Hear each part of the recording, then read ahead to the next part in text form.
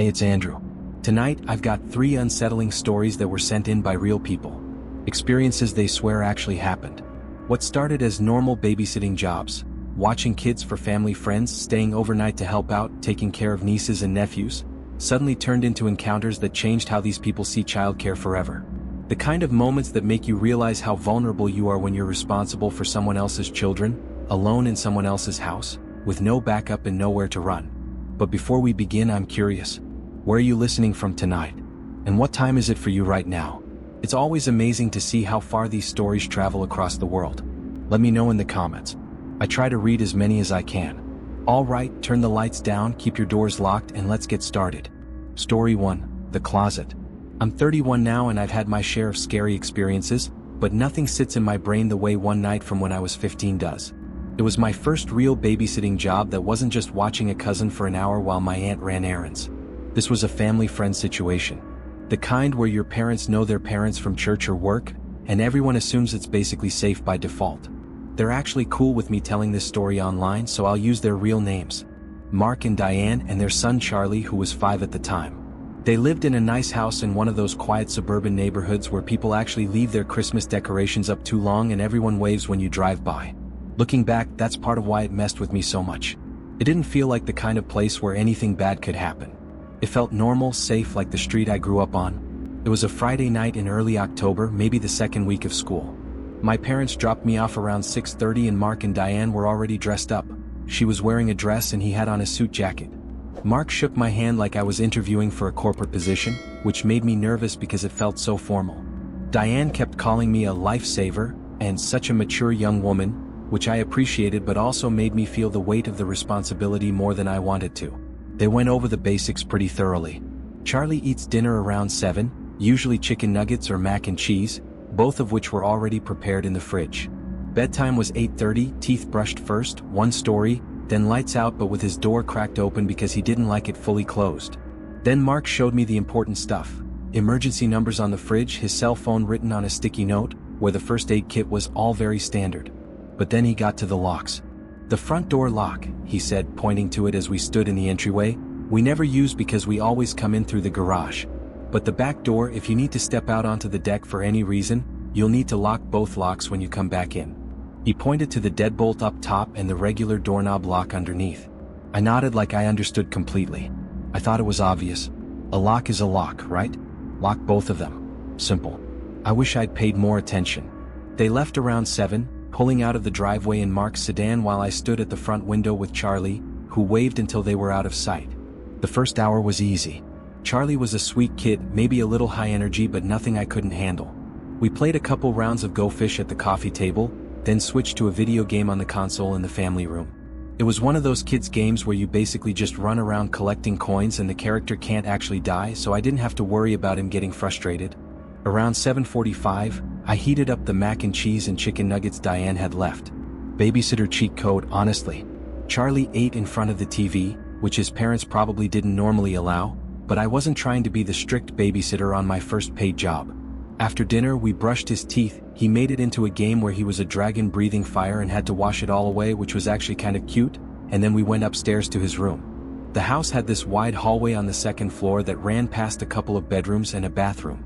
Charlie's room was at the end, and it had these sliding closet doors, the kind that never quite close all the way because they always seem slightly off track. I tucked him in and read him a picture book about a bear who couldn't sleep. As I was walking out, he asked if I'd stay in the hallway for a minute, just until he felt sleepy. I stood outside his door and listened to him rustling around for maybe 30 seconds. Then his breathing got quiet and steady and I figured he'd settled in. I left his door cracked about 6 inches like Diane had instructed and headed to the guest bedroom. The guest room was down the hall from Charlie's room, closer to the stairs. It had a small TV, a bed with a comforter that looked like it had never been slept on, and that particular smell that spare bedrooms have, kind of stale and unused.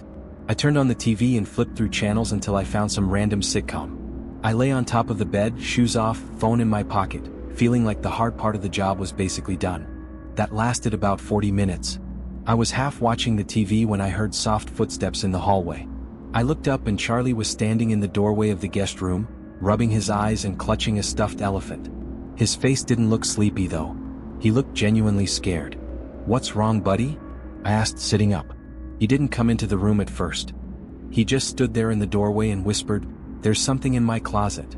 I motioned him over and he walked in slowly, like he didn't want to turn his back to the hallway. "I heard something," he said quietly. "In my closet. Scratching." I tried to reassure him the way I'd heard adults do with scared kids. "Houses make lots of noises, Charlie. Old houses creak and settle. It's totally normal." He shook his head fast. "No, it wasn't the house. It was scratching. Like fingers." I still knew it had to be typical kid imagination, monsters under the bed type stuff. "There's nothing in your closet, okay? Do you want me to check?" He nodded, gripping his stuffed elephant tighter. I walked him back to his room, turned on the overhead light fully, and approached the closet. The sliding doors were closed, or as closed as they could be, with that typical gap between them. I slid one door open and peeked inside. Just clothes, some shoes on the floor, storage bins on the top shelf. I even pushed some of the hanging clothes aside like I was actually searching, making a show of it for Charlie's benefit. "See? Nothing there. Just your clothes." I slid the door closed and turned to see relief wash over his face. I tucked him back in, told him he was safe, and went back to the guest room. But about 15 minutes later, I heard footsteps again. This time Charlie came in faster, more upset. "The closet door moved," he said, his voice shaking. I sat up, trying not to let annoyance creep into my voice even though I felt a flash of it. "Okay, let's go check again." We walked back down the hallway, and when we got to his room I stopped in the doorway. The closet door was fully open. One of the sliding panels was pushed all the way to the side, the interior completely visible. I stared at it for a second, my stomach doing this weird drop. Not because I thought someone was in there, not yet, but because it didn't match what I remembered. I knew I'd closed it. I'd slid that door shut myself. I looked at Charlie, my tone a bit sharper than I intended. "Did you open this?" "No." He looked genuinely hurt by the accusation. "I didn't touch it." I walked over and slid the closet door shut again, this time really paying attention to how it moved. It was a little sticky, needed some force to close properly, but once it was closed, it stayed closed. It didn't feel like something that could just drift open on its own. I gave Charlie a look that I hoped conveyed I knew he was messing around, maybe trying to scare me or test me. I tucked him in again, told him firmly that he needed to go to sleep, and left the room. On the way back to the guest bedroom, I caught myself listening for sounds behind me like someone was walking in the hallway. I told myself to stop being stupid. I was 15 years old in a family friend's house on a safe suburban street. There was nothing to be scared of. About 10 minutes later, instead of footsteps, I heard Charlie call out. It wasn't a scream, but it was a raised voice with a shakiness to it, like he was trying not to yell but needed me urgently. I got up and walked back down the hall, and as I got closer, I could hear him crying softly. I stepped into his room and immediately looked at the closet. The door was closed. That should have been reassuring. It wasn't. "Hey buddy, what happened?" He didn't answer right away. He just lifted his arm and pointed toward the corner of his room. I followed where he was pointing, and for a second, my brain didn't process what I was seeing. There was a tall hamper in that corner, one of those wicker ones with a lid. And behind it, pressed into the narrow space between the hamper and the wall, was a person. A person crouched down, trying to make themselves as small as possible. I could see a shoulder first, then shoes, dark sneakers. Then part of a face, just enough to see eyes looking straight at me. The whole thing lasted maybe 2 seconds before my body reacted. I didn't scream. I didn't freeze. Some instinct took over and I just moved. I grabbed Charlie with both arms, lifted him out of bed like he weighed nothing, and back toward the door, never taking my eyes off that corner. The person didn't move at first. They stayed crouched, like if they stayed still enough, we'd somehow forget they were there. I turned and ran, carrying Charlie down the hall to the guest room. I got us inside, locked the door, and immediately called 911. My hands were shaking so badly I could barely hold the phone. 911, what's your emergency? There's someone in the house, I said, trying to keep my voice quiet so Charlie wouldn't panic more. I'm babysitting and there's a man in the child's bedroom. Are you safe right now? We're locked in a bedroom upstairs. Stay on the line with me. Police are on their way. I kept expecting the doorknob to turn, for someone to start pounding on the door. The operator kept talking to me, trying to keep me calm, asking questions I could barely answer. The sound of sirens getting closer was the most beautiful sound I'd ever heard. The operator told me to wait until an officer came to the door and identified themselves. When they finally knocked and said my name, I guess dispatch had given it to them, I unlocked the door and opened it. 2 officers were there, flashlights out, looking past me into the room to make sure we were okay. They'd already done a sweep downstairs. They told me the front door had been wide open when they arrived. They searched every room, every closet, under every bed, the attic, the garage. Whoever it was had left. They said based on the timeline, the person probably bolted when they heard me running, went down the stairs and out the front door before police arrived.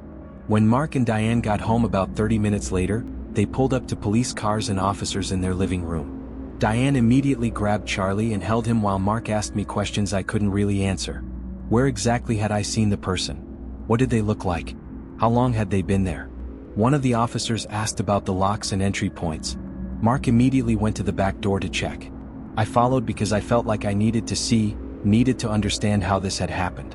The deadbolt at the top was unlocked. Mark looked at me. Did you lock both locks like I showed you? My stomach sank. I locked the bottom one. He exhaled slowly. The bottom one pops if someone jiggles the knob from outside. That's why I told you to use both. He wasn't yelling. He wasn't even raising his voice. But I could hear the disappointment and frustration, and it made me feel worse than if he had yelled.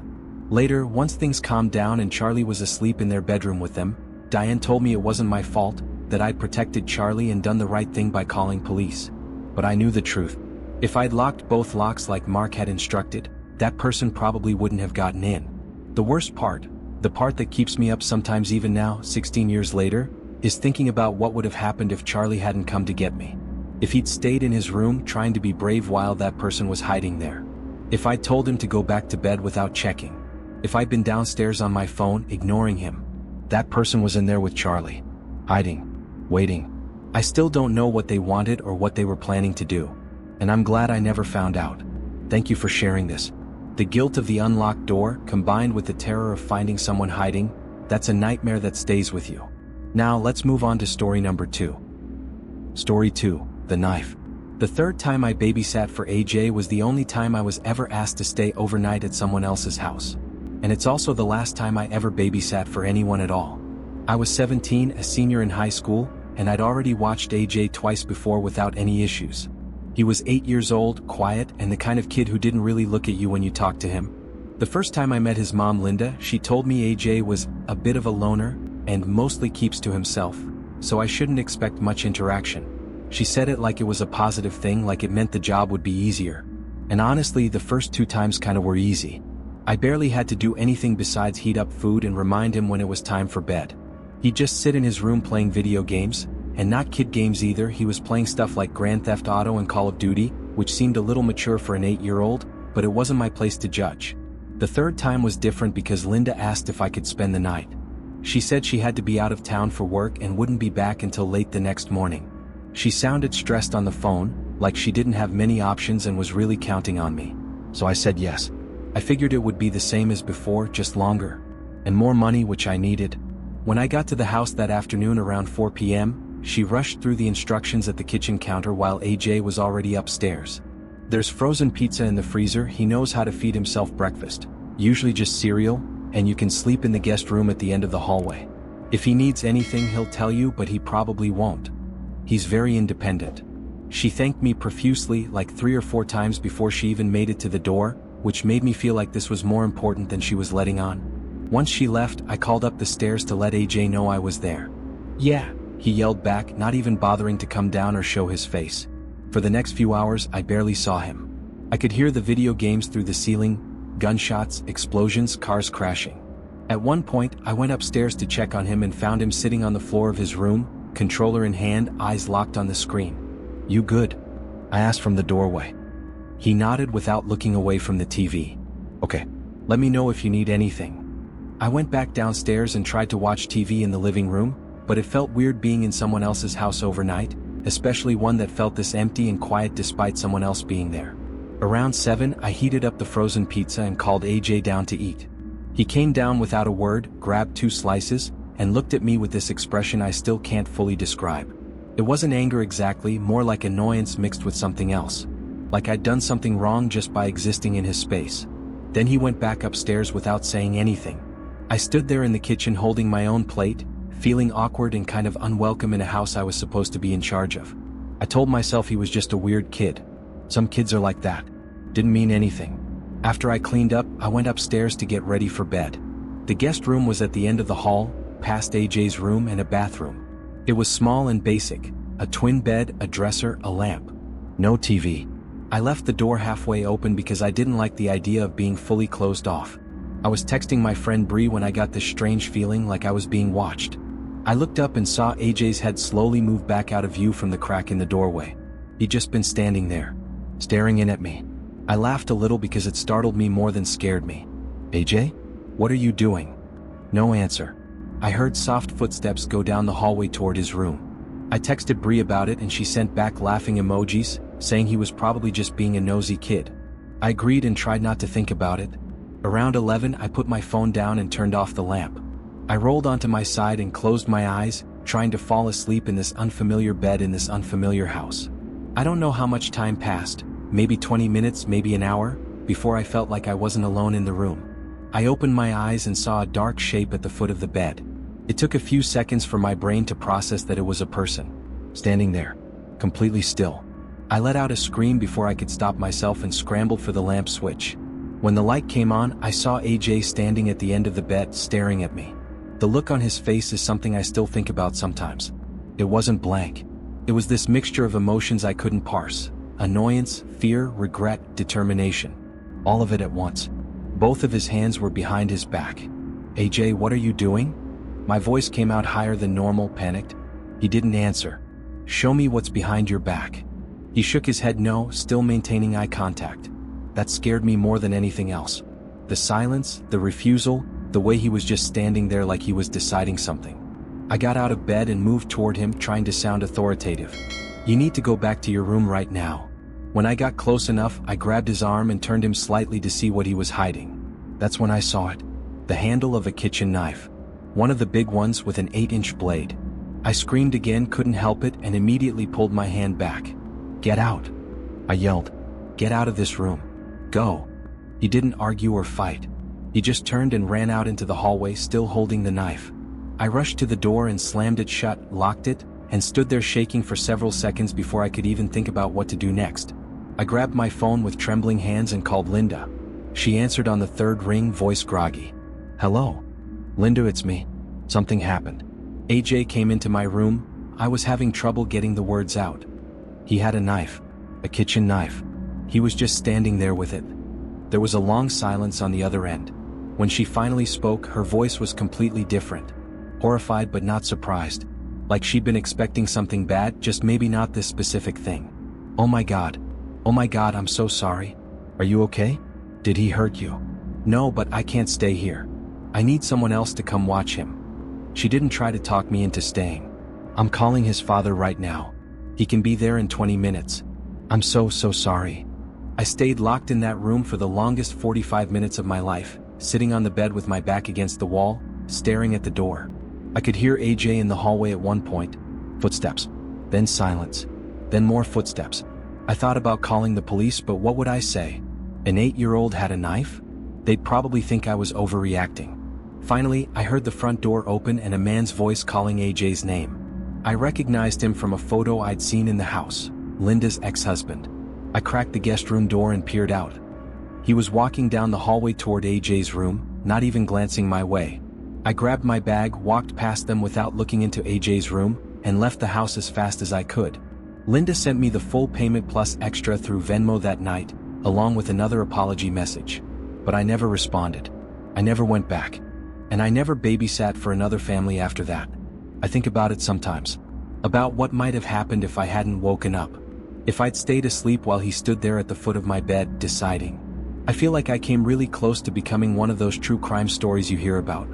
Babysitter murdered by child she was watching. And the worst part? I still don't know if he was actually going to do something or if he was just, I don't know, testing himself? Seeing if he could?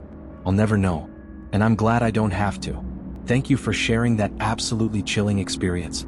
The vulnerability of being asleep while someone stands over you with a weapon. That's pure nightmare fuel. Now for our final story. Story 3, The Peekaboo. I was 23 when my sister Rachel asked me to watch her kids overnight while she and her husband went to a wedding a few hours away. I'd babysat my niece Emma and my nephew Lucas plenty of times before, so it wasn't a big deal. Emma was 6, quiet and sensitive, the kind of kid who got scared by loud noises and needed extra reassurance. Lucas was 9, more talkative and confident, usually easy to manage. They lived in a normal suburban house in a quiet neighborhood not far from where Rachel and I grew up. Their house was 2 stories, 4 bedrooms, nothing fancy but comfortable.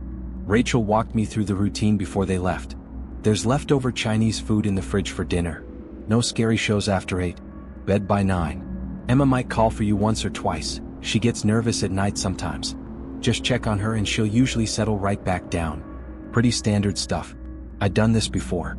After they left around 5 p.m., the kids and I ate dinner in the living room and watched a Pixar movie.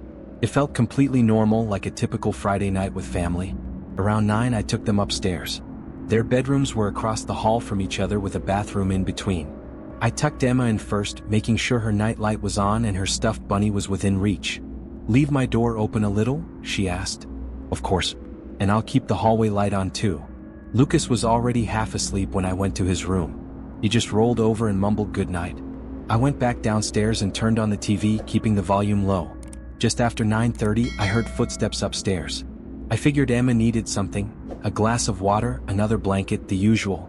I started up the stairs, but before I got halfway, I saw her walking along the upstairs balcony toward the top of the staircase. She was standing there in her pajamas, looking down at me with a confused expression. "What's wrong, sweetie?" I called up. "Uncle Dan, you already came in my room." I stopped on the stairs. "What do you mean?" "You came in and told me to go back to sleep." "But I can't sleep." A chill went through me. "Emma, I haven't been upstairs since I tucked you in." She thought I was joking. "Yes, you did. You stood in my doorway and whispered that everything was fine." I kept my voice calm. "Honey, I've been downstairs the whole time. You must have been dreaming." She looked uncertain but didn't argue. I walked her back to her room, checked her closet and under her bed even though I knew nothing would be there, and tucked her in again. "See? Nothing to worry about. You're safe." She watched me leave like she wasn't entirely convinced. I went back downstairs, telling myself kids confuse dreams with reality all the time. Completely normal. About 20 minutes later, Lucas came down rubbing his eyes. "Why did you come into my room?" he asked. My stomach dropped. "I didn't, buddy." "Yeah, you did. You stood by my dresser and looked at me, then walked out." I tried to keep my expression neutral. "You were probably half asleep. Sometimes when we're really tired, we think we see things that aren't really there." But now it was weird. Both of them had said almost identical things. Lucas sat down next to me on the couch instead of going back to bed. I turned off the TV and the silence felt heavy and oppressive. That's when I started really listening to the house. Every creak, every settling sound, every small noise felt amplified. Then I heard it. Footsteps upstairs. Light and quick. I saw Emma running across the upstairs balcony, then racing down the stairs, screaming, "Uncle Dan! Uncle Dan!" When she reached the living room, she was crying, genuine tears streaming down her face. "What's wrong? What happened?" "There's someone upstairs." She was sobbing now. "Someone came in my room again and said goodnight, but it didn't sound like you." My heart was racing now. This wasn't a prank. She was genuinely terrified. "Okay, both of you stay right here on the couch. Don't move. I'm going to go check." I went to the kitchen and quietly grabbed the biggest knife from the block. Then I walked back through the living room, trying to look calm for the kids' sake, and started up the stairs. I made it to the upstairs balcony that overlooked the living room. I did a little march across it, trying to make the kids laugh and ease the tension. It didn't work. They just stared at me with wide, frightened eyes. As I passed the balcony and into the upstairs hallway that led to the bedrooms, I heard something. A sound from Emma's room. I stepped closer to her doorway and peered inside. At first, I thought I saw movement. Just a shadow maybe. Then I heard it. "Hello," I said quietly, not wanting the kids to hear. I wasn't expecting a response. In a high-pitched voice that sounded wrong, like someone doing a mocking imitation of a child, someone said, "Aren't they just so special?" My blood turned to ice. Standing next to Emma's bed was a person. A really tall person, at least 6'4", maybe taller. In the dim light from the hallway, I could make out a thin frame, long arms, and a face that I couldn't quite see clearly. Every muscle in my body screamed at me to run. I turned and bolted down the stairs, taking them 2 at a time. "Put your shoes on," I yelled at the kids. "We're leaving. Now." Emma started crying harder. "Uncle Dan." "Forget the shoes. Come on." I grabbed both of their hands and pulled them toward the front door. That's when I saw him. Peering around the wall at the top of the stairs, looking down at us. A grotesquely thin man with sunken features, doing this sick peekaboo gesture with his hands, moving them away from his face and back again like he was playing a game. Go. I yanked the door open and we ran outside in our socks, across the lawn toward the neighbor's house 2 doors down where I could see lights on. I rang the doorbell 5 times in rapid succession. The woman who answered, Mrs. Patterson, I think her name was, knew Lucas and Emma from the neighborhood. I quickly introduced myself and explained there was someone in Rachel's house. She pulled us inside immediately and locked the door behind us. I called 911 from her living room while standing on her front porch watching my sister's house. And I saw him. The man walking casually out the front door, down the walkway, and into the darkness of the street in the opposite direction. There's a man leaving the house right now, I told the 911 operator. He's walking south on Maple Street toward. Sir, do not engage with him. Officers are en route. But I wanted to. God, I wanted to chase him down, tackle him, beat him unconscious for terrifying those kids. For violating my sister's home. But I didn't know if he was armed. And I had to protect Emma and Lucas. I watched him until he disappeared down an intersecting street, then told the operator which direction he'd gone. Officers are being directed to that location now, she said. But by the time police arrived, maybe 7 or 8 minutes later, he was long gone. I was furious about the response time. I told the officers as much when they arrived. They searched the house with me, found no signs of forced entry, nothing disturbed. The back door was unlocked, but I couldn't remember if it had been locked when I arrived. Given the circumstances, I drove the kids to my parents' house that night. There was no way we were sleeping there. Of course, there was some blame directed at me. The one night you're watching them, someone breaks in? Rachel said the next day, her voice strained with stress and barely contained anger. But I firmly believe that man was already in the house before I even got there. The doors were locked when I arrived. I didn't let anyone in. He must have been hiding somewhere, waiting. Ever since then, Rachel and her husband have installed security cameras everywhere. At least 6, covering every angle of the house inside and out. Honestly, who can blame them? But I still think about that voice. That high-pitched, mocking voice saying, aren't they just so special? And I think about him doing peekaboo at those terrified kids from the top of the stairs. What kind of person does that? What was he planning to do? I don't know. And I'm grateful I didn't find out. But sometimes I wake up at night thinking about what would have happened if I'd dismissed Emma and Lucas when they said someone had come into their rooms. If I told them to go back to sleep and stop imagining things. That man would have been alone with them all night. And I don't want to think about what that means. A special thank you to everyone who submitted their stories today. These experiences remind us that babysitting isn't just about keeping kids entertained and fed. Sometimes it means being the only line of defense between them and genuine danger. If you liked today's submissions, don't forget to hit the like button and subscribe so you never miss a new story. Until next time, stay cautious, trust what kids tell you, and remember, if they say something's wrong, listen to them. They might be right. Stay safe out there.